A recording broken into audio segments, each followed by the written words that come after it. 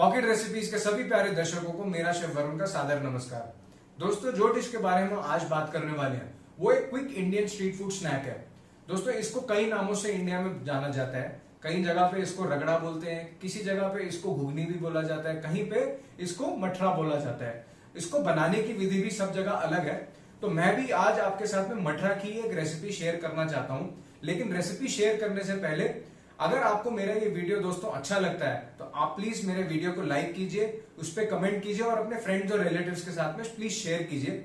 यदि आपको हमारे चैनल के सारे वीडियोस अच्छे लगते हैं तो प्लीज हमारे चैनल को आप सब्सक्राइब कीजिए।